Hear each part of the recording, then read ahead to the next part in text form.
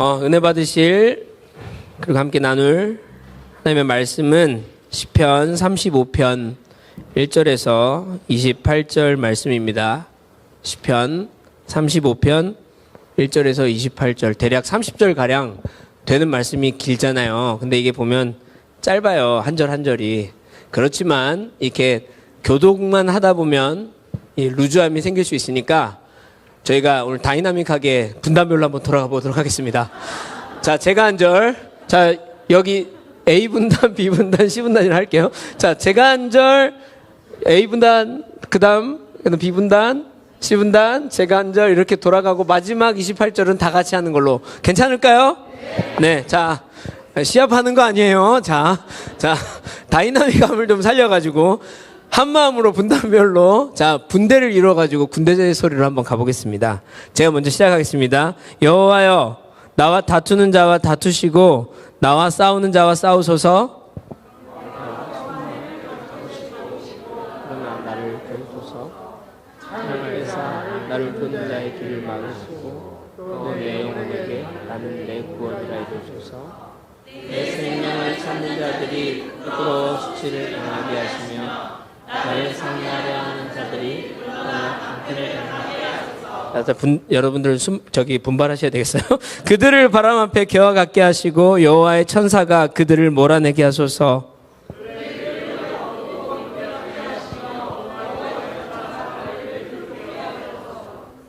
그들이 까닭없이 나를 잡으려고 그의 그물을 웅덩이에 숨기며 까닭없이 내 생명을 해하려 운동했사오니 대망이 순식간에 그에게 갇히게 하시며 그가 숨긴 그물에 자기가 잡히게 하시며 멸망 중에 떨어지게 하소서. 내 영혼이 여호와를 즐거워하며 그의 구원을 기뻐하리로다.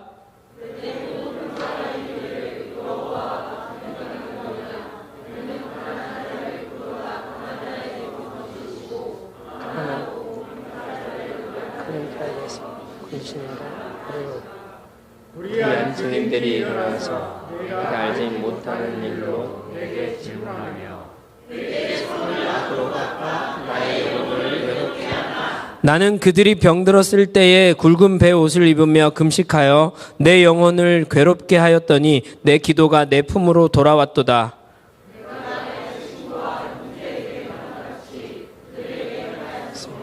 내가 몸을 펴고 수고하기를 어머니를 복함같이.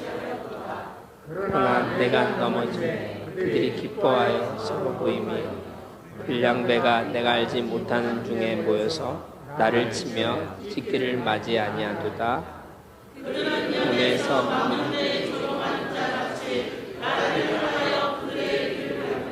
주여, 어느 때까지 관망하시려 하나이까? 내 영혼을 저 멸망자에게서 구원하시며 내 유일한 것을 사자들에게서 건지소서.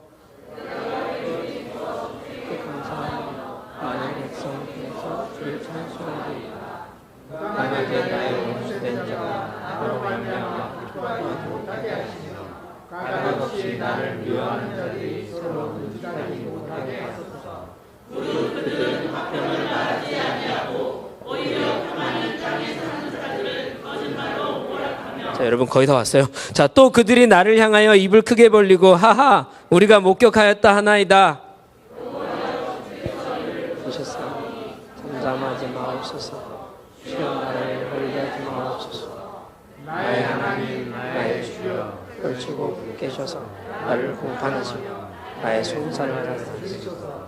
여호와 나의 하나님이여, 주의 공의대로 나를 판단하사 그들이 나로 말미암아 기뻐하지 못하게 하소서. 그들이 마음속으로 이르기를 아하, 소원을 성취하였다 하지 못하게 하시며 우리가 그를 삼켰다 말하지 못하게 하소서.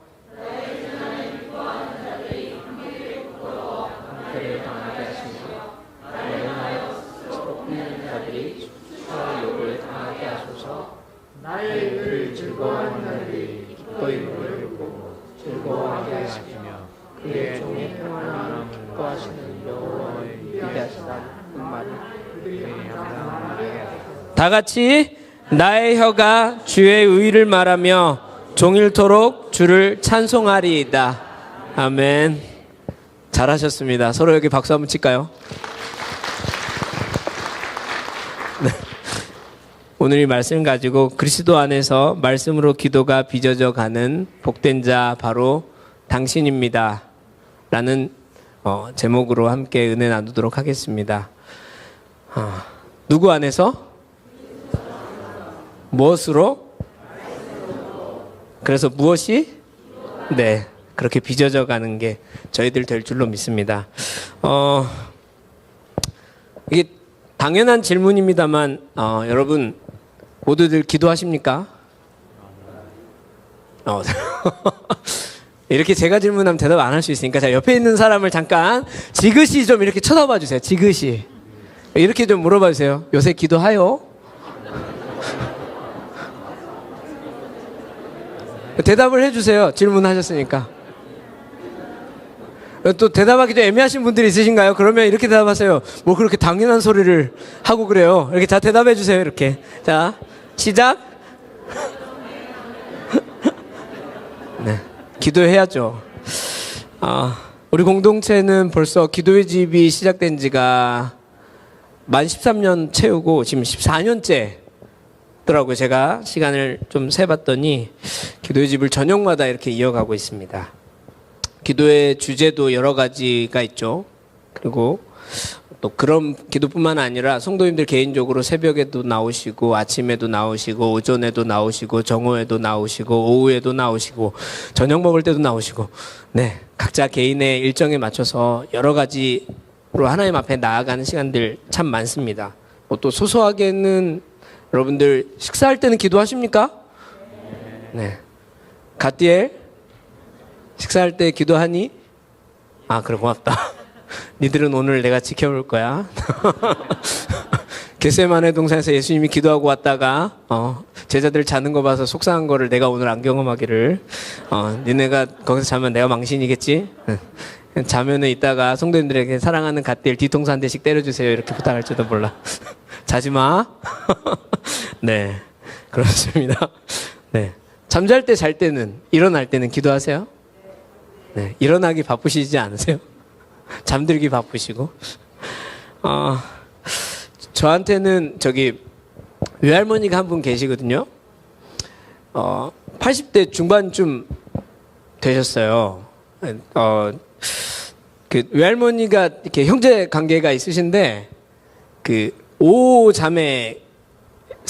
5자매 중에 넷째시거든요. 근데 이제 외증조 할아버지께서 처음에 그 외할머니의 형제들이 처음에 큰 이모 외할머니가 이렇게 딱 태어나셨을 때 딸이 난 걸 보고 아들을 낳아야겠다 싶어서 또 이제 자녀를 가져서 낳았는데 또 딸을 낳으신 거예요. 셋째까지 딸을 낳으시니까 이번엔 기필코 내가 딸을 낳겠다 해가지고 딱 낳으셨는데 우리 외할머니가 또 나오셨어요. 그래가지고 너무 열이 받으셔갖고 외증조 할아버지가 외할머니 이름을 이제 딸은 그만 낳겠다 그래서 조남을 다자 남자를 써갖고 다남이라고 지으셨어요. 이렇게 좀 그렇죠. 네, 개인정보를 위해서 성은 안 가르쳐 드리겠습니다. 네. 그래가지고 그랬는데, 이제는 그랬겠지 해가지고 딱 했는데, 다섯째를 또 딸을 낳으셨어요. 그래가지고 막내 이 할머님을 뭐라고 이름을 부르냐면, 또자 남자를 붙이셔갖고, 또남이라고. 저희 외할머니 출생 연도를 생각하니까 1930년대쯤 되면, 그때 이름으로 유관순처럼, 엄청 멋있는 이름 지을 수도 있잖아요, 할머니를. 근데 어떻게 다남이라고 지으셨을까? 네, 이러셨는데, 죄송합니다, 할머니. 자, 이 다남 외할머니가 가끔씩 제가 이제 전화통화로 안부를 여쭙고는 하거든요. 근데 저희 이 외할머니께서 언변 속도가 엄청 빠르세요. 그리고 이 춘추가 좀 많이 되시다 보니까 죄송합니다. 틀니를 이렇게 뺐다 꼈다 이렇게 하세요. 연세 많으시니까. 근데 제가 주로 전화드릴 때 보통 이제 댁에서 쉬시는 때라 틀니를 빼고 계신 때가 많아요. 그래가지고 통화를 가면 보통은 이렇게 여보세요 이래야 되는데 이제 이 틀니를 이렇게 뺀 상태에서 여보세요 이렇게 죄송합니다. 절대 어떤 다른 비하의 의도가 있는 건 아닙니다. 일어났냐? 이렇게 약간 이런 투세요. 근데 이런 스타일로 언변이 엄청 빠르신 거죠. 그리고 얼마나 빠르냐면 이게 이 말씀을 원체 빨리 하시니까 웬만한 래퍼들 속사포 랩보다 더 빠르세요. 그래가지고 이게 1분에 몇 단어 정도 하실까 이게 참 한번 세보고 싶은데 제가 오죽하면 저희 외할머니 전화번호를 제 핸드폰에다 뭐라고 전화냐면 MC 다남이라고 진짜로 그렇게 저장해놨어요. 래퍼인 줄. 와, 이렇게 저희 아내가 저랑 결혼한 지 13년 차 됐는데 한 10년 차까지만 해도 이제 지금은 13년 차 되니까 거의 네이티브 수준으로 외할머니의 말을 이해를 합니다만 한 10년 차 될 때까지만 해도 명절이나 이런 외할머니 가끔 어쩌다 만나게 되면 할머니가 얘기를 하시면 제가 즉석에서 실시간 통역을 다시 해줍니다. 뭐라고 한참 들으시다가 이렇게 아내분이 뭐라고 하시는 거지? 그러면 이렇게 이런 상황을 주로 맡곤 해요. 이런 외할머니께서 대화를 항상 할 때마다 저한테 이제 뭐라고 얘기를 하시냐면 아이 영건아, 내가 말이다 하루에 5번에서 12번은 예배를 하면서 기도를 한다. 그래서 할머니 기도하신 루틴이 있습니다. 쭉 그걸 이야기를 해주시면서 기도 루틴에서 일상생활 루틴이 어떻게 되는지 이야기 듣는지만 15분 정도 들어야 돼요. 근데 그거를 만들 때마다 또 들어요. 네, 계속 듣고 있는데 할머니가 항상 하시는 말씀이 있어요. 뭐라고 하시냐면 아이 내가 기도할 때마다 항상 니를 들먹인다. 그러니까 우리가 얘기하는 중보기도 하고 있다는 뜻이에요. 여러분들 기도하실 때 옆에 분들에게 이렇게 얘기해 주세요. 제가 기도할 때마다 당신을 들먹이고 있어요. 한번 옆에 계세요. 한번 얘기해 주십시오. 시작. 기도할 때마다 제가 여러분들 위해서 얼마나 들먹이는지 몰라요. 하나님 앞에. 그러니까 잘 보세요, 여러분. 이번 달에 28일부터 영라마단 기도가 시작되잖아요. 이 라마단 기도가 시작되면 무슬림들 하루에 5번씩 메카를 향해서 기도하거든요. 네, 저희 MC 다남 할머니께서 기도하시면 라마단을 이길 수 있습니다. 12번까지 기도해요, 하루에. 1년 내내 영라마단. 네, 이런 기도로 이렇게 가요. 네, 이런 할머니께서 여러 번 기도하시면서 이런 기도한 시간에 주로 무슨 기도하시는지를 쭉 얘기하시는 걸 주로 이렇게 쭉 얘기를 하시는 걸 쭉 들어보면 다음과 같은 내용으로 주로 기도합니다. 제가 짧게 주제를 적어봤어요. 할머니의 기도 내용은 이런 겁니다. 손자 영곤이가 노후에 재정 걱정 없이 살게 되는 거, 병원 치료 안 다니고 건강하게 되는 거, 해외로 많이 출국하는데 그때마다 안전하게 거기 가서도 먹는 거나 비행기 타는 것도 그렇고 잘 다닐 거, 아내도 건강하고 회사에서 인정받는 사람 되는 거, 내조를 잘하는 거, 증손주들, 그러니까 요일이 쉬운 와요. 증손주들이 이거는 흥실 집사님의 마음과 비슷한데 사회에서 인정받을 만한 사람 되는 거. 시장 되고 국회의원 되고 한 자리씩 차지하는 거. 네. 그리고 저뿐만 아니라 이제 외할머니의 아래에 있는 나머지 가족들도 대략 이러한 기도 내용이 이루어지기를 하루에 5번에서 12번은 기도하시는 거예요. 대단하죠? 안 대단한가 봐요. 하루에 12번 기도하는 거 엄청 어렵습니다, 여러분. 진짜 어려운 거예요.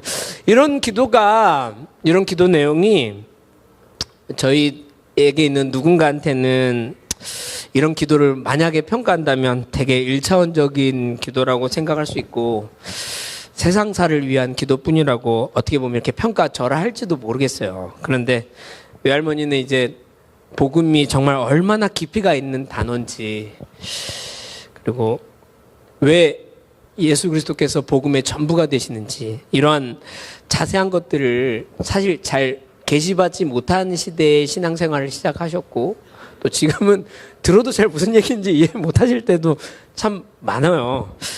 살짝 치매기가 있나 이렇게 의심이 될 때도 있을 때도 있어요. 속상할 때도. 근데 그런 할머니의 그런 기도 내용을 막 들으면서도 들을 때마다 제가 느끼는 한 가지가 뭐냐면 배우게 되는 게 있어요. 할머니께서 기도하실 때는 항상 진심이고 진정성이 있어요. 매번의 기도에. 반복해서 똑같은 기도를 할지 모르지만 그 기도 가운데 진심과 진정성이 있다는 거. 그리고 할머니께서 이런 마음의 소원을 갖고 있는데 이 마음의 소원을 반드시 이루실 분이 하나님 한 분밖에 없다는 그 하나님 한 분만을 향한 앙망, 이게 있다는 거는 분명히 느끼거든요, 제가. 그래서 할머니께서 이런 기도 얘기해 주실 때마다 기도를 어떻게 해야 될지, 어떠한 마음을 가지고 해야 되는지에 대해서 많이 배웁니다. 다시 처음으로 돌아가서 스스로에게 한번 질문해 보세요. 그러면 나는 기도를 하고 있는가? 그리고 내가 만약에 이런 상황을 한번 가정해 보실래요? 내가 기도하고 있을 때 이 기도 내용을 이렇게 녹음을 한다고 생각해 보세요. 이 녹음한 기도 내용을 다시 글로 쭉 타이핑을 하든 적으셔서 내가 뭐라고 마치 오늘 다윗의 기도를 35편에 적어놓은 것처럼 내가 뭐라고 기도하고 있는지 대체 그냥 무슨 소리 하는지도 모르겠는지 막 기도를 하는 거랑 내가 무슨 내용을 갖고 어떤 기도를 하고 있는지 그 기도 내용을 적어본다면 그 내용의 기도 내용을 보면서 나는 어떤 생각을 해야 될까? 이런 생각을 한번 해보면 좋을 것 같습니다. 기도하고 있냐고 물어보면 누군가는 이런 대답들 그리고 이렇게 대답하시는 분들을 많이 저도 들어봤는데 나는 기도하는 게 마음이 엄청 자연스러워.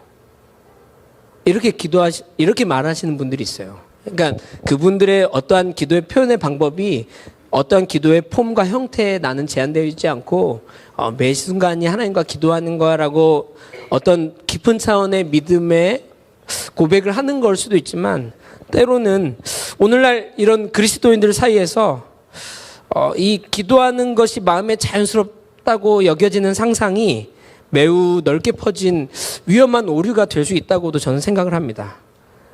우리는 어떤 마음의 바램이나 희망 그리고 한숨을 내뱉기도 하고 한탄하기도 하고 기쁨을 표현하기도 하는 이 많은 것들을 기도와 혼동합니다. 이러한 것들은 우리 마음이 다 자기 힘으로 할 수 있는 것들이에요. 그래서 물론 기도의 표현들이 이러한 내용들을 포함할 수 있겠지만 막연히 이러한 것들이 있다고 해서 내가 기도하고 있다고 착각한다면은 정말 안 됩니다. 위험할 수 있어요. 이렇게 하면서 우리는 잘못하면 땅과 하늘을 혼돈하기도 하고 사람과 하나님을 혼동하기도 해요. 분명히 기도는 단순하게 마음만 쏟아놓는다고 해서 기도가 다 이루어지는 건 아니에요. 분명히 그 부분이 필요합니다만 그것만으로 기도가 온전히 이루어진다고 생각하지는 않습니다. 하나님께서는 딱 단 한 사람, 유일하게 한 사람에게 귀를 기울이고 계시고 또 언제나 귀를 기울이려고 작정하고 계십니다. 그분이 누구냐면 바로 예수 그리스도세요. 아버지 하나님은 오직 자기 아들 예수 그리스도의 이름으로 하는 기도와 찬양만 듣기로 결정하셨습니다. 그래서 본성적으로 우리의 모든 기도와 찬양이 하나님께 받아들여질 수가 없어요. 하나님께서는 죄인들의 소리를 결코 듣지 않는다는 것은 우주 가운데 팽배한 아주 기초적인 진리이죠. 그렇죠? 그래서 예수 그리스도 없이 우리 마음속에서 일어나는 그런 바램이나 희망, 한숨, 한탄, 기쁨 등이 하나님께서 들으실 만한 것들이 아니기 때문에 우리는 반드시 그리스도를 통해서 기도해야 합니다. 우리가 가끔 복음서를 읽으면서도 많이 착각하는 것 같아요. 뭐냐면 예수님께서 많은 기적과 이사들을 행하시고 정말 상상할 수 없는 놀라운 일들을 많이 행하실 때 우리가 하나님께서 참이신 하나님이시오, 예수님께서 참이신 하나님이시오, 또한 참이신 인간인지를 알고 있음에도 불구하고 주님이 일으키시는 많은 기적과 이사들이 대부분 그분이 하나님이기 때문에 이 일들이 일어났다라고 우리는 착각할 때가 있는 것 같습니다. 틀린 말은 아니지만 예수님 입장에서는 살짝 억울하실 수도 있을 것 같아요. 왜냐하면 예수님께서는 공생의 사역에 있었던 많은 일들, 우리가 인간의 힘으로 할 수 없는 많은 기적들을 행하실 때 그 기적들을 자기가 하나님이시기 때문에 그 일들을 행하신 게 아니거든요. 오히려 그분은 하나님이시기를 부인하고 자기를 부인했기 때문에 하늘의 영광을 버리고 이 땅에 가장 비참한 모습으로 이 땅에 태어나셨어요. 뿐만 아니라 그가 사역하시는 모든 것에도 참 하나님으로서가 아니라 참 인간으로서 자기의 모든 것을 부인하시고 오로지 자기의 기도하는 것을 통해서 내가 기도할 때 나의 아버지 하나님께서는 들으시고 내가 기도한 그대로 하나님께서는 하신다는 믿음을 가지고 기도하신 것 속에서 오롯이 오롯이 기도함을 통해서 하나님이 하실 수 있도록 하셨단 말이에요. 그러니까 우리는 예수님이 하신 모든 일들이 그분이 하나님이시기 때문에 했다라고 착각하면 안 돼요. 오히려 그분이 자기를 부인하고 기도한 것을 통해서 예수님의 기도를 통해 하나님이 일하셨다는 것을 믿는 믿음의 세팅이 우리 가운데 있어야 될 줄로 믿습니다. 예를 들면 요한복음 9장 같은 데서도 보면 날 때부터 눈이 먼 사람이 나오잖아요. 근데 예수님께서 그 사람의 눈을 고치신 이유가 예수님이 하나님이시기 때문이 아니에요. 그러니까 예수님이 하나님인 것이 아니다라는 걸 제가 얘기하는 게 아니라 고쳐진 이유가 예수님이 하나님이시기 때문이 아니에요. 예수님이 이 사람을 고치신 것은, 고칠 수 있었던 이유는, 근거는 하나님께서 예수님께서 이 사람이 고쳐지기를 기도하셨고 하나님께서는 예수님의 이 기도를 듣고 계시는 분이시기 때문에 이 기도를 듣고 행해 주셨기 때문이죠. 할렐루야. 죽은 나사로를 살리실 때도 예수님이 뭐라고 이렇게 공개적으로 기도하셨냐면 다 들을 수 있는 소리로 예수님이 이렇게 기도하셨어요. 요한복음 11장 41절 42절 보면 아버지여 내 말을 들으신 것을 감사하나이다. 항상 내 말을 들으실 줄을 내가 알았나이다. 그러나 이 말씀하옵는 것은 이 둘러선 무리를 위함이니 곧 아버지께서 나를 보내신 것을 그들로 믿게 하려 함이니이다. 그러니까 예수님이 죽은 나사로를 살리신 것도 예수님께서 이것을 위해 기도하셨고 아버지 하나님께서는 예수님의 기도를 들으셨기 때문이죠. 이것을 믿으십니까? 여기서 우리들이 주목할 만한 놀라운 진리가 있습니다. 하나님께서는 예수님께서 기도하실 때 지금도 예수님은 우리를 위해서 기도하고 계시거든요. 예수님께서 기도하면 늘 언제나 아버지께서 그 모든 기도를 듣고 응답하시는 유일한 한 사람으로 정하시기로 하나님께서 작정해 놓으셨다고요. 모든 우주의 만물의 왕이신 하나님께서 나는 다른 기도는 듣지 않겠어.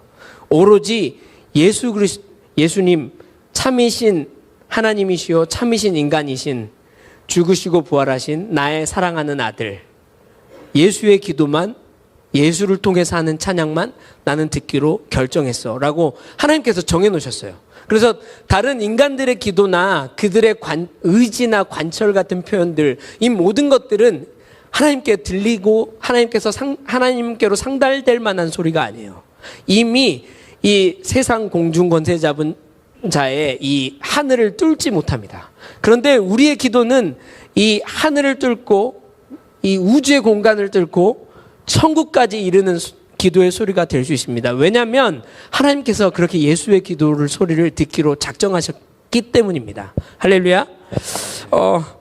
이렇게 기도라는 걸 생각해 보면 기도는 땅에서 구하고 하늘에서 듣는 거죠. 그 기도의 뿌리가 영혼 속에 있고 기도의 원리는 아들과 아버지의 영원한 관계에 있는 것으로 우리는 볼 수 있습니다. 이 관계 안에서 아들은 구하고 아버지는 늘 기쁘게 듣는 거죠.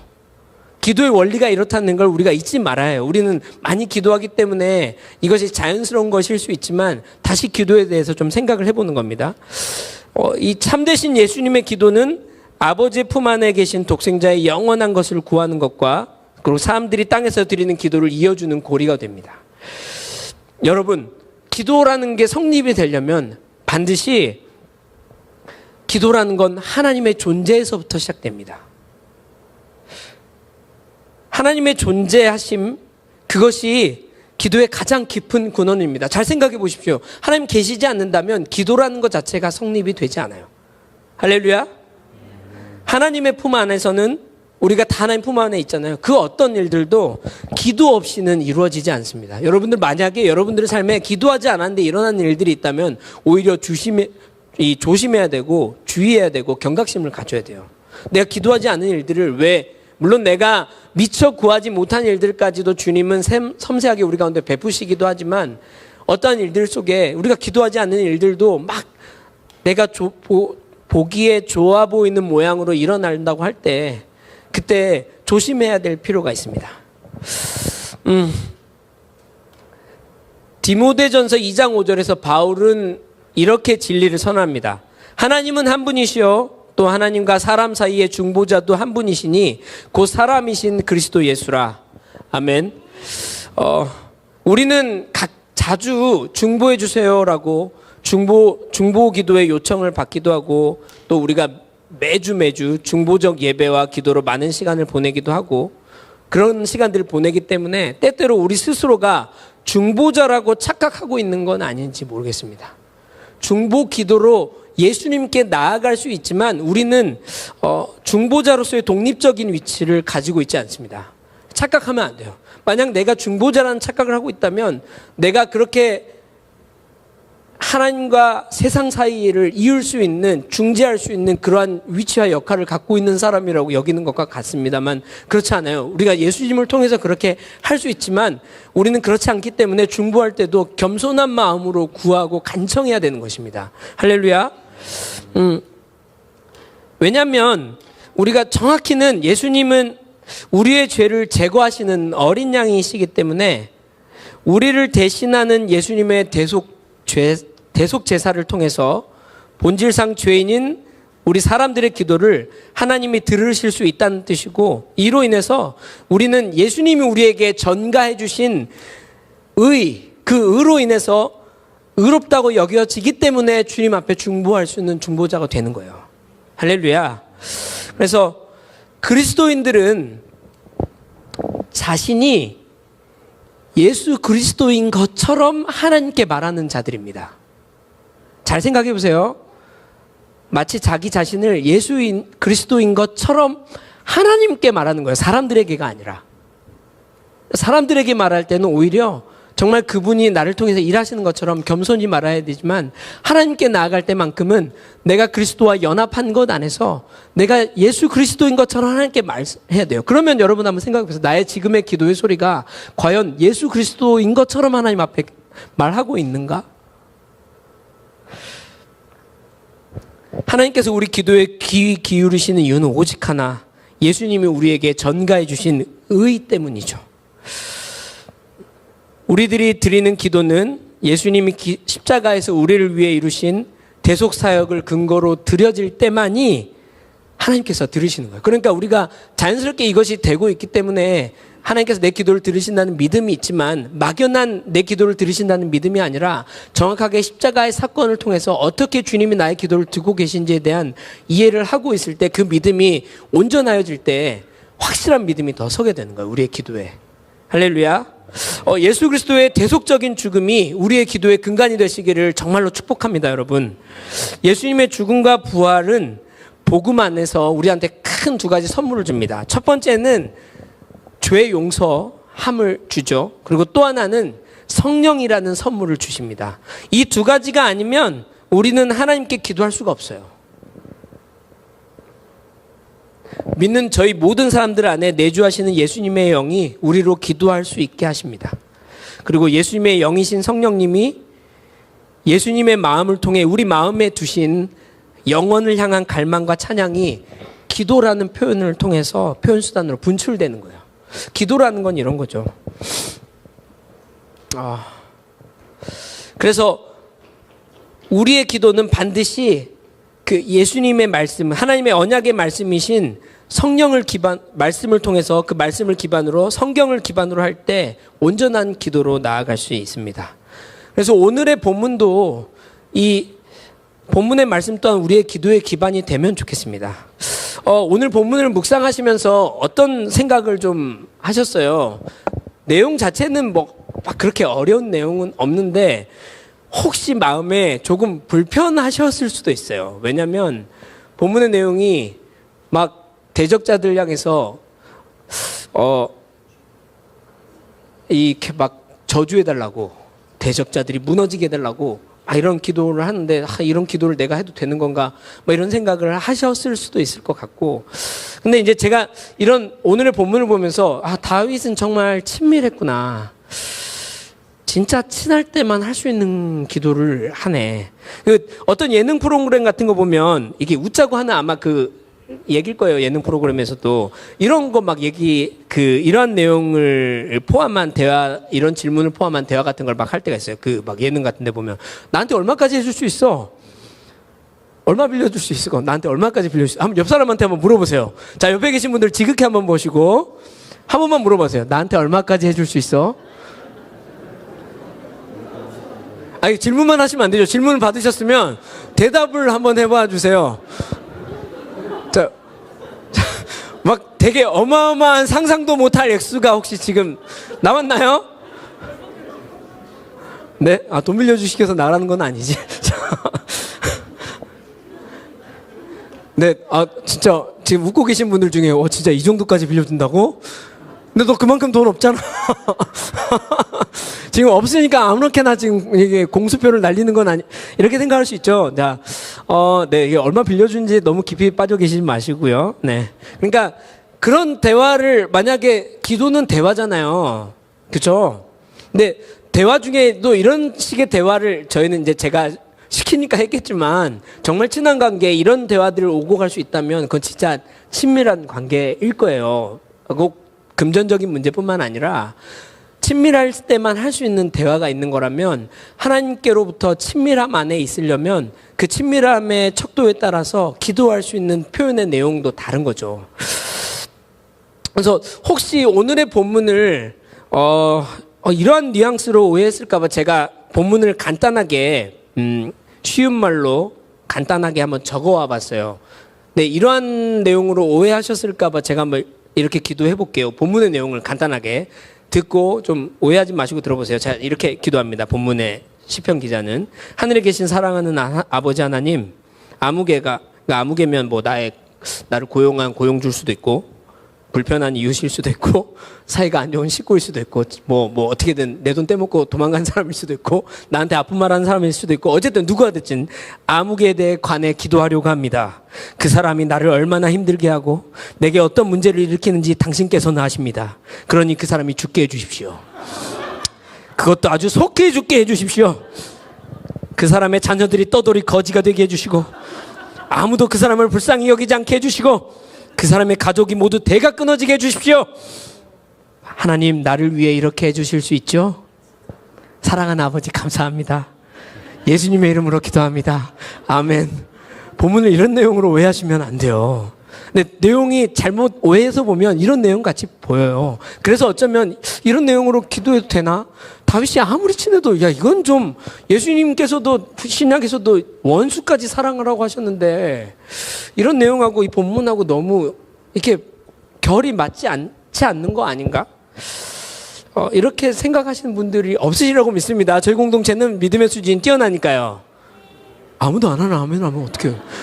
뛰어나니까요. 네, 감사합니다. 근데 오늘 사실은 그리스도 안에서 본문처럼 심지어는 이렇게 하나님의 심판을 위해서 기도할 수도 있습니다. 어떠한 근거로 이런 기도를 할 수 있는지 쭉 얘기하고 싶은데, 이런 내용을 막 나누려면 이것만 한두 시간 나눠야 될 수도 있어요. 그래서 일단 시간 관계상 생략하고 요거는 금요일에 나누도록 할게요. 괜찮죠? 금요일 기대하세요. 큰일 났네. 자, 본문으로 들어가서 마치 그렇게 금전적인 요구를 할 수 있는 친밀한 관계처럼 우리는 말씀을 근거로 우리의 기도를 친밀함으로 세워가야 합니다. 1절의 시작에 보면은 다윗이 뭐라고 하나님을 부르기 시작하죠? 다시 시작? 맞아요. 여호와여라고 하는, 우리가 다윗이 하나님을 불러요. 그 시대에도 그렇고 하나님에 대해서 아는 것들은 많을 거예요. 하나님을 엘로힘으로 부를 수도 있고 그냥 여러 가지 형태의 하나님을 부를 수 있어요. 우리도 기도할 때 시작하면서 하나님 하고 부르는데, 주여 하고 부를 수도 있고 부르는데, 우리가 그 하나님에 대한 믿음이 주변에서 많이 들어본 하나님, 그리고 또 뭐 지식적으로 많이 들어서 알고 있는 하나님, 그런 하나님으로 우리가 하나님을 부르면서 대화를 시작하지는 않습니까? 근데 다윗은 기도에 시작할 때 뭐라고 하냐면 여호와여라고 하면서 언약하시는 하나님, 언약의 주인공이시고 약속해 주신 말씀의 하나님을 근거로 기도로 시작했어요.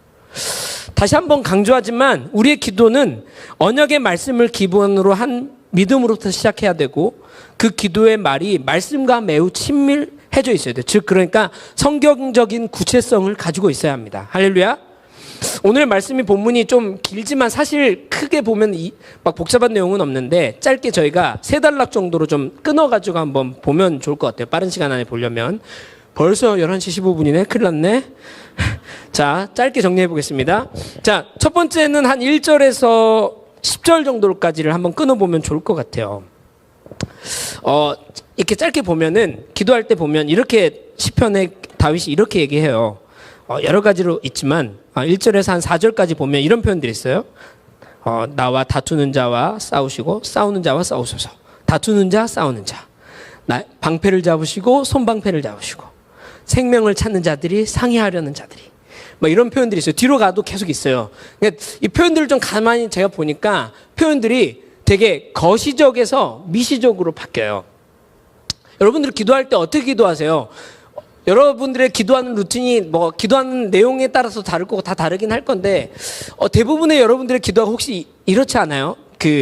이렇지 않습니까? 자기 기도가 자기 자신의 바운더리에 있는 기도에서 그 기도가 다 마치고 나면 오케이 주님 이제 제 기도는 됐고요. 다음 들어보세요. 그 다음에 이제 제 주변 환경에 대한 기도입니다. 쭉 얘기하고 오케이 다 거기까지 지금 들으셨죠? 됐고요. 그 다음에 제가 살고 있는 동네 뭐 또 더 나아가면 민족과 열방을 이렇게 가시는 분들 계십니까? 네, 뭐 그 기도가 틀렸다고 얘기하는 건 아닙니다. 그런데 여러분들 만약 혹시 그렇게 기도하고 계신 분들이 있다면 오히려 기도 방향을 오늘 본문의 흐름처럼 한번 바꿔보시겠어요? 큰 그림에서부터 마지막에 자기 기도를 향해서 가는 쪽으로. 성경에서도 먼저 그의 나라와 의를 구하라고 했고 제가 담임 목사님께도 가끔 목사님께서도 이런 얘기 하시는데 나는 거의 중보할 기도들이 많고 기도하다 보면 내 개인 기도 잘 못해. 가족들을 위한 기도나 그냥 하나님께 맡겨드려. 그리고 또 성도님들께서도 기도해주고 계시기 때문에 내가 그렇게 기도하다 보면 그 기도를 놓칠 때가 참 많아. 이런 얘기도 하실 때도 제가 많이 들었어요. 근데 여러분들도 혹시 기도의 흐름과 방향이 내 내면에 데서부터 시작해서 밖으로 나가는 것으로만 만약에 해보셨다면 반대로도 한번 해보세요.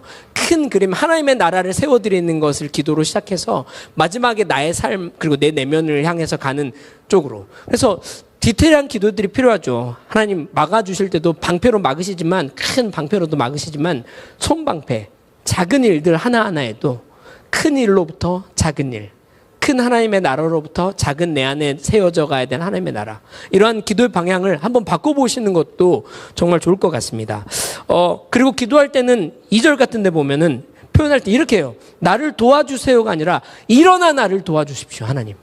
여러분들 하나님께 기도할 때 정말 그렇게 간절히 하나님께서 적극적으로 능동적으로 움직이실 수 있도록 간청하면서 기도해 보셨어요? 기도할 때. 일어나 나를 도와주십시오, 하나님. 가만히 계시지 마십시오. 하나님 잠잠하지 마십시오. 네, 공감이 되고 있는 거죠. 화내는 거 아니라. 네. 이런 하나님께로 향한 적극적인 요청이 필요해요. 기도할 때는. 또 3장 같은 데 보면은 좀 아이러니한 표현들도 우리가 기도해 볼 필요가 있어요. 보통 창을 꺼내서는 찔러야 되고 공격하는 기도잖아요.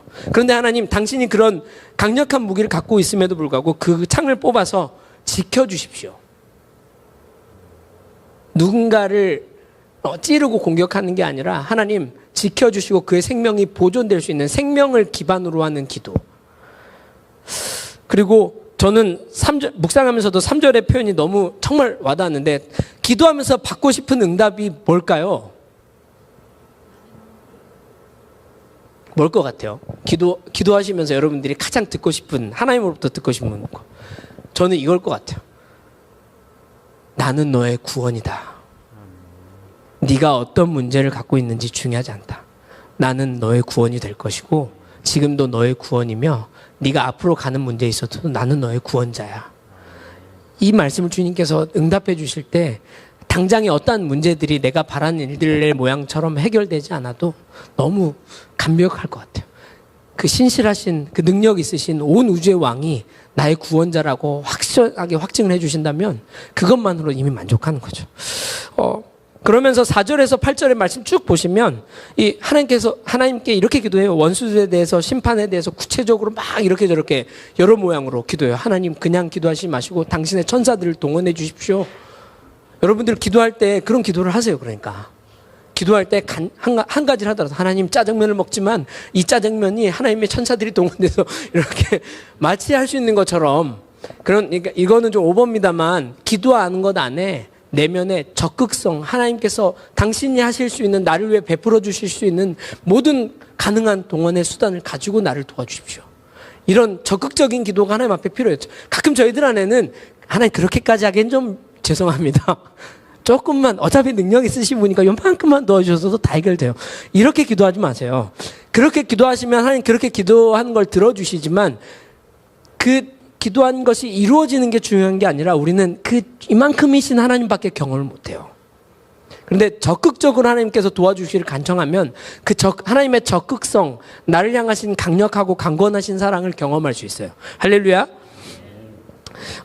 그런데 이 원수들에 대해서 막 이렇게 하지만 막 우리가 원하는 모양과 방향대로 막 다윗이 원수들을 이렇게 처치해 주십시오 막 이랬을 것 같잖아요. 그런데 다윗의 이런 기도는 사실은 모세의 오경에 있는 율법을 기반으로 해서 하고 있는 거예요.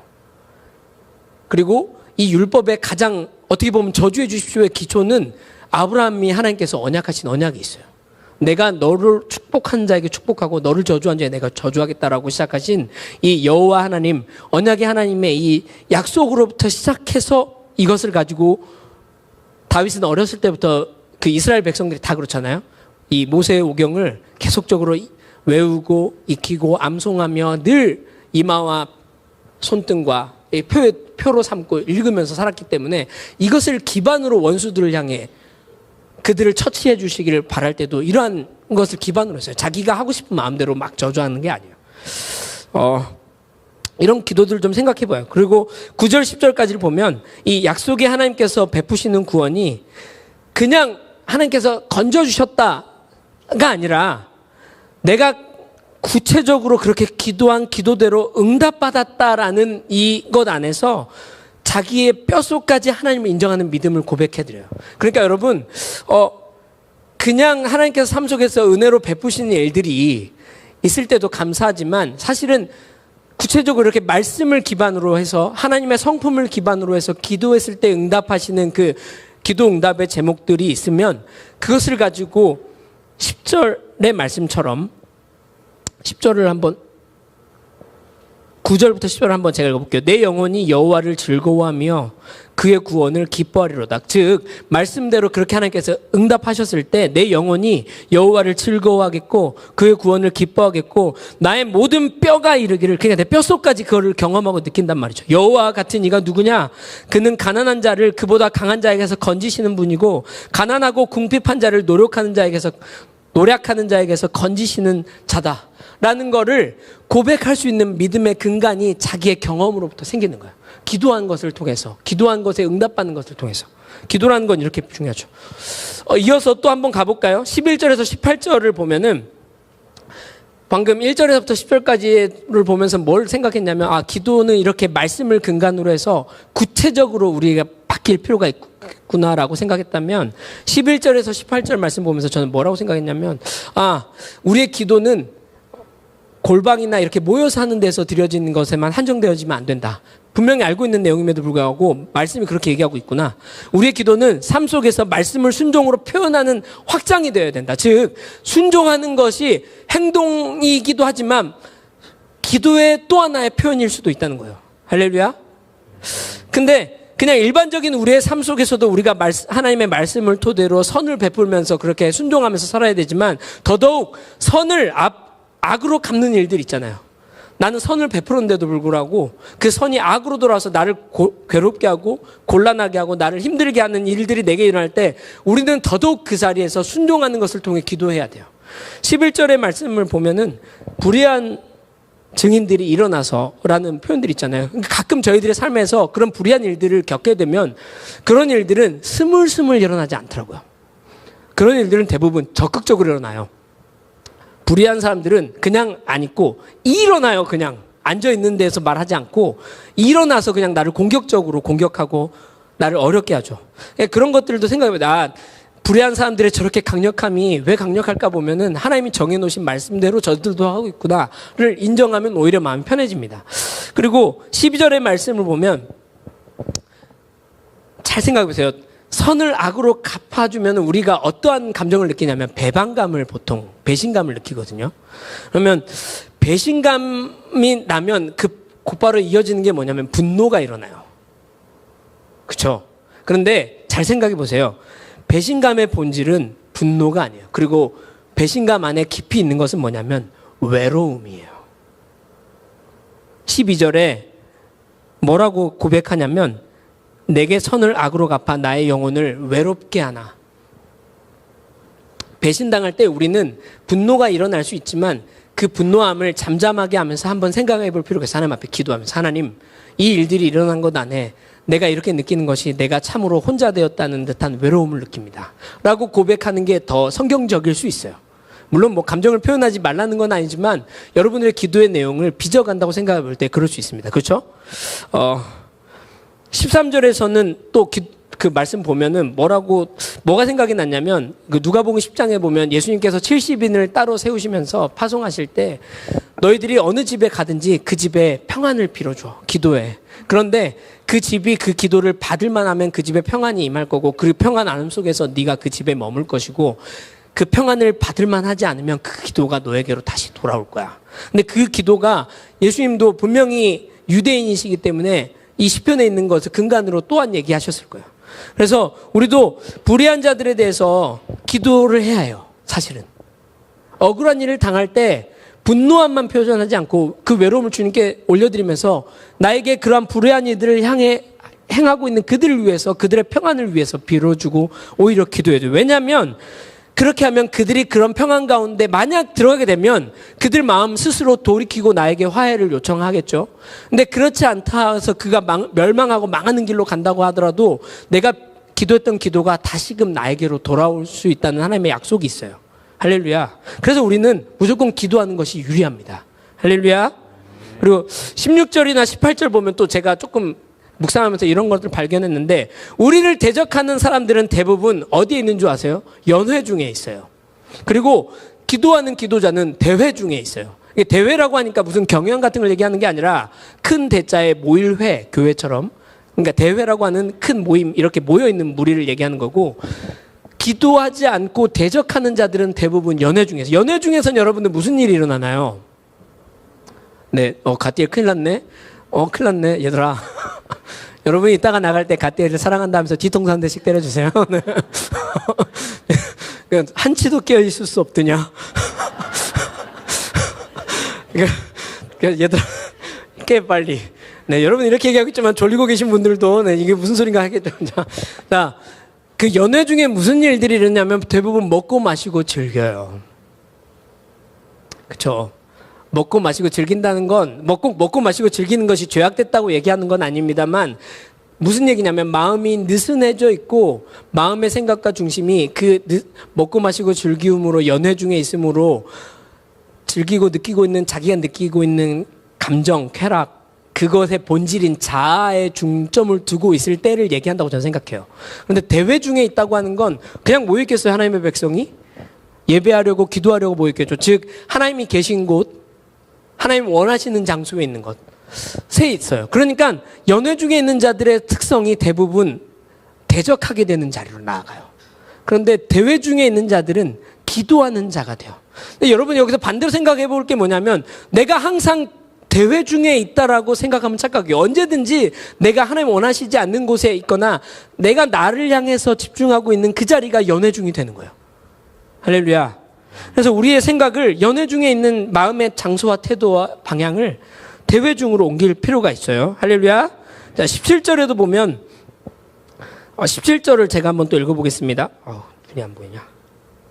주여 어느 때까지 관망하시려 하나이까 내 영혼을 저 멸망자들에게서 구원하소서. 내 유일한 것 나의 생명이 하나님께로부터 보존되게 하여 주십시오. 지켜주십시오. 어떠한 일들을 당해도 주님께서 나에 주신 그 영원한 생명을 향한 믿음을 놓치지 않게 해주십시오.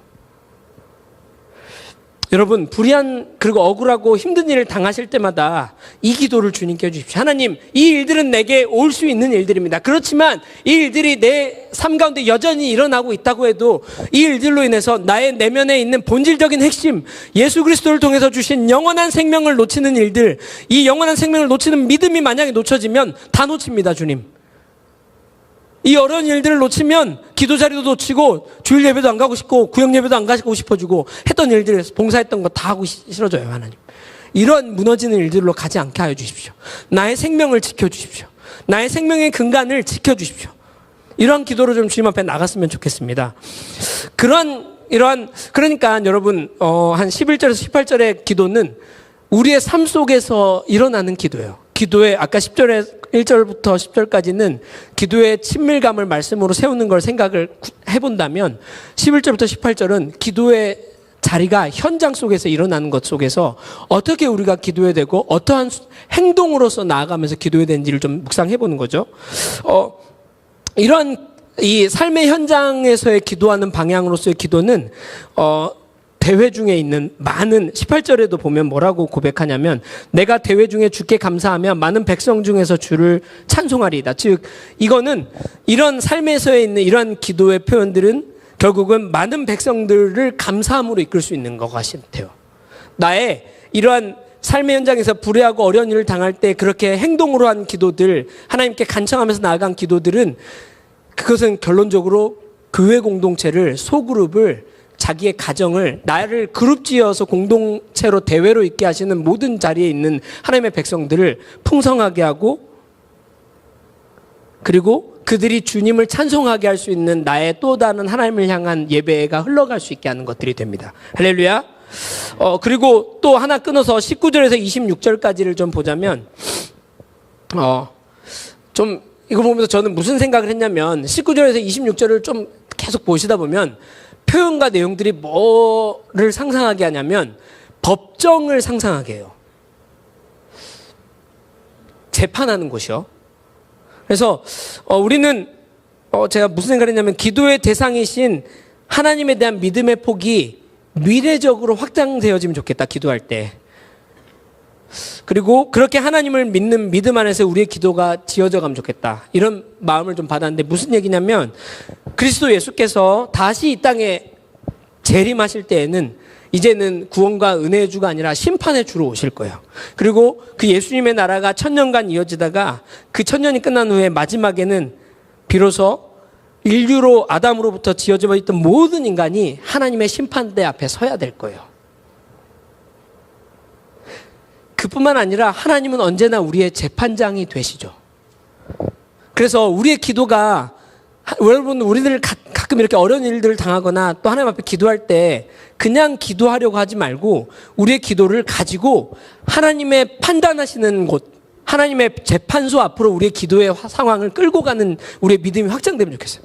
기도할 때 그냥 기도하지 마세요. 하나님 이거 한번 봐보십시오. 호소하세요. 하나님 이 상황이 내가 당했던 이 상황을 주님 다 지켜보고 계시지 않냐고. 하나님 이것을 재판해 주시고 판단해 주십시오. 이것들을 보시고 송사해 주시고 누구 말이 맞는지 누가 마음의 중심에 정말 그랬는지를 주님 공의롭게 판단해 주십시오. 나 정말 억울합니다.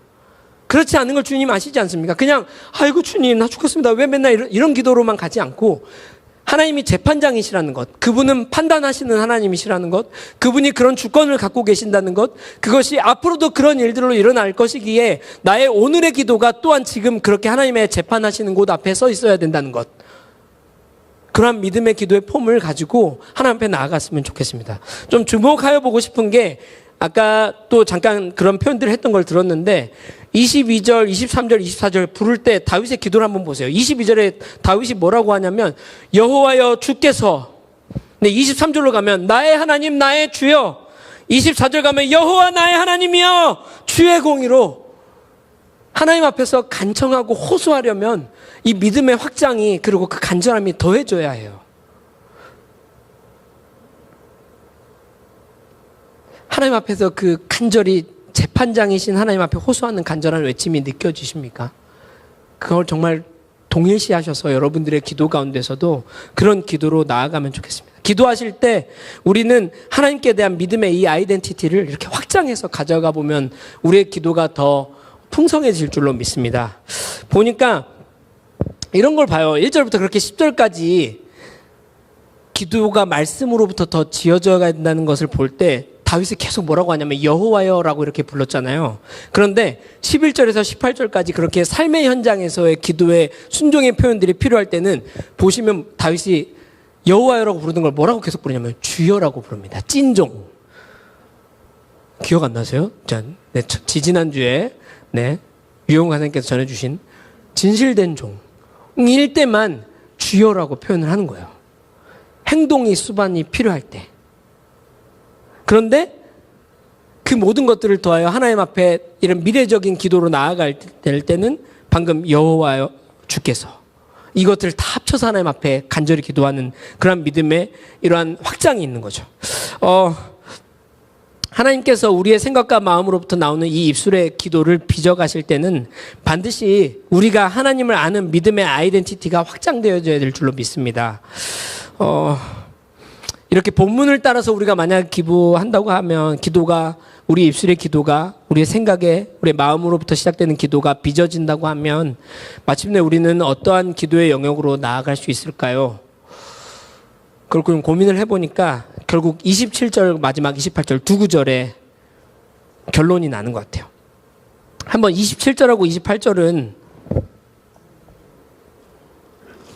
합독해 볼까요? 다 같이 시작. 나의 의를 즐거워하는 자들이 기꺼이 노래 부르고 즐거워하게 하시며 그의 종의 평안함을 기뻐하시는 여호와는 위대하시다 하는 말을 그들이 항상 말하게 하소서. 나의 혀가 주의 의를 말하며 종일토록 주를 찬송하리이다. 불의한 일을 이렇게 당하는 속에서도 우리의 기도가 이렇게 말씀으로 빚어져 간다면 마침내 우리가 그런 상황 속에서 기도했을 때 하나님께서 그렇게 기도하는 기도자의 내면을 평안하게 바꿔주신다는 것을 기도자가 알 뿐만 아니라 기도자의 주변에서 그것을 알게 됩니다. 할렐루야. 그래서 그로 말미암아서 그들이 같이 기도했던 주변에 있는 이들이 함께 기뻐하고 즐거워하게 되면서 하나님을 찬양할 수 있는 일들이 생겨요. 즉 우리의 이러한 기도의 변화는 함께 있는 공동체를 풍요롭게 만듭니다. 할렐루야. 또한 공동체뿐만 아니라 기도자 자신의 내면이 하나님을 아는 믿음이 더 깊어지고 풍성해져서 그의 기도와 예배가 특별히 오늘 본문의 표현처럼 그의 혀에서 즉 그가 하는 모든 말들이 주의 의를 말하는 적, 주의 의는 예수님 한 분이시거든요. 주님의 의가 되시는 건, 하나님의 의가 되시는 건 예수 한 분이신데 그 예수님을 말하게 되는데 종일토록 말하게 돼요. 만약 그 기도자에게 하나님께서 하루의 삶만 허락하시면 그는 하루 종일도 하나님을 예배할 수 있는 예배자의 삶을 살아가게 되는 것입니다. 할렐루야. 정리를 하려고 합니다. 사랑하는 월드비전 공동체에 속한 모든 성도 여러분, 지난 1월 신년 주일에 목사님이 이렇게 선포하셨어요. 우리는 기도로 새 시대를 열게 될 거라고. 그런 복된 자들이 우리 모두가 다 될 것이라고. 그건 하나님께서 말씀으로 목사님 통해 주셨죠. 이것은 목사님 혼자서만 받은 약속이 아니라 몸을 이루는 우리 공동체 지체들이 함께 받은 약속의 말씀입니다. 이 약속을 믿는 믿음이 안에서 지나가는데 벌써 2월 중순을 향해 가요. 그래서 우리는 지금 우리의 기도가 지금보다 더 그리스도 안에서 확정된 굳건한 믿음과 말씀을 가지고 들어야 될 때가 왔습니다. 그리고 우리의 기도가 그냥 중언부언하거나 내가 원하는 것을 요청하는 기도의 방식에서 좀 더 넘어가서 말씀으로 우리의 기도의 소리와 내용이 말씀으로 빚어져야 될 줄로 믿습니다. 이런 말을 어떤 분이 했는데요. 참 마음에 영감을 주는 짧은 표현이었어요. 잠깐 이렇게 표현해보고 싶어요. 기도는 인간을 태어난 곳으로 되돌리는 하나님의 숨결입니다. 기도할 때만이 우리가 참 인간다움을 경험할 수 있습니다. 왜냐하면 우리 안에 계신 참 인간이신 속사람 되신 예수님이 호흡하고 영으로 움직이고 계시기 때문입니다. 기도하지 않는다면 우리는 결국 그리스도인일 수 없어요. 공동체 가운데 주님은 기도하기를 원하고 계십니다. 함께 오늘의 말씀 속에서 하나님께서 주신 은혜를 붙잡고 좀 기도했으면 좋겠습니다. 기도하실 때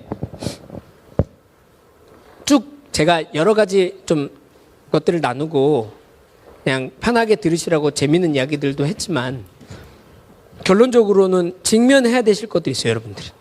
나의 기도를 많이 하고 있고 내가 자주 기도하고 한다고 해서 안심하지 마시고 안주하려고 하지 마시고 오히려 나의 기도의 내용과 소리가 성경적인 건 맞는가?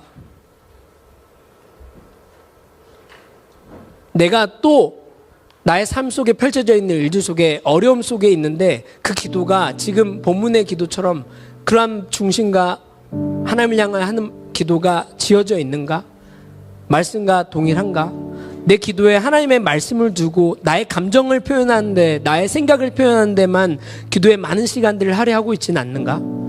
오히려 나의 기도의 말의 소리에 아버지의 말씀을 믿는 믿음과 그분의 말씀을 표현해드리는 소리로 더 많은 것을 채우고 있는가? 나의 기도들을 점검해 보겠습니다.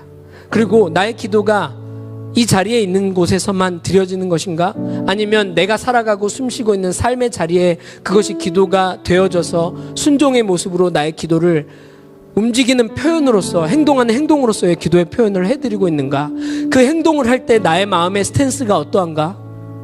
정말 선을 악으로 갚는 자들에게 괘씸한 마음으로만, 그렇지만 겉으로는 나이스한 척 하고 있는 것으로 하고 있지 않는가? 아니면 정말 내 마음의 중심이 정말 그들 향해서 선을 베풀 때, 그들이 힘들어할 때는 나의 어머니가 돌아가셔서 곡하는 그 곡하는 마음의 표현과 감정에 짚은 것으로 표현하는 것처럼, 그들이 힘들어할 때 그들의 괴로움을 같이 느끼면서 금식하고 기도하는 마음을, 애통하는 마음을 가지면서 그들의 비록 나에게 악으로 갚는다고 하더라도 나는 여전히 그런 선을 가진 마음의 형태, 그 마음의 기본을 가지고 행동으로서 그들에게 나아가는 기도로 가고 있지는 않는가? 나의 기도의 여러 모양이 어떠한가를 하나님 앞에 좀 점검해 보면서, 만약 이것에서부터 멀어져 있거나 혹 나를 중심으로 한 기도에 머물러 있다면 우리의 기도가, 하나님 이렇게 기도하면 좋겠습니다. 하나님, 나의 기도를 입술에 빚어가 주십시오. 나의 입술에 나오는 소리가 아버지의 말씀으로 빚어지는 기도로 바뀌게 하여 주십시오. 기도하시는 분이 예수님 한 분이라면 예수님 한 분을 근거로 내가 기도할 때 내 내면에서 기도하시는 분도 당신이신 것을 내가 믿기에, 예수님 당신이 아버지께로 하는 말씀을 내가 하기를 원하고, 나의 기도의 소리가 말씀을 근거로 하기를 소원합니다. 뿐만 아니라 나의 삶에서 드려지는 기도의 행동도 내 마음의 본질의 중심이 정말 진실되게 하여 주십시오. 뿐만 아니라 나의 기도가 반드시 심판하시는 하나님, 재판장이신 하나님 앞으로 나아갈 만한 믿음의 확장을 가지고 있고, 하나님을 그렇게 여기는 믿음을 가지고 나아갈 수 있는 나의 마음의 믿음의 아이덴티티가, 하나님을 향할 믿는 아이덴티티가 확장되게 하여 주십시오. 이러한 기도의 제목이 좀 주님께 올려지기를 간절히 소망합니다. 모든 사랑하는 월드비전 커뮤니티 여러분, 함께 주님의 이름을 간절히 3번 부를 때, 주님을 간절히 부를 때 오늘 그렇게 불렀던 것처럼 약속의 하나님을 근거로 부르면서 나아가며 기도하겠습니다. 기도합니다. 주여!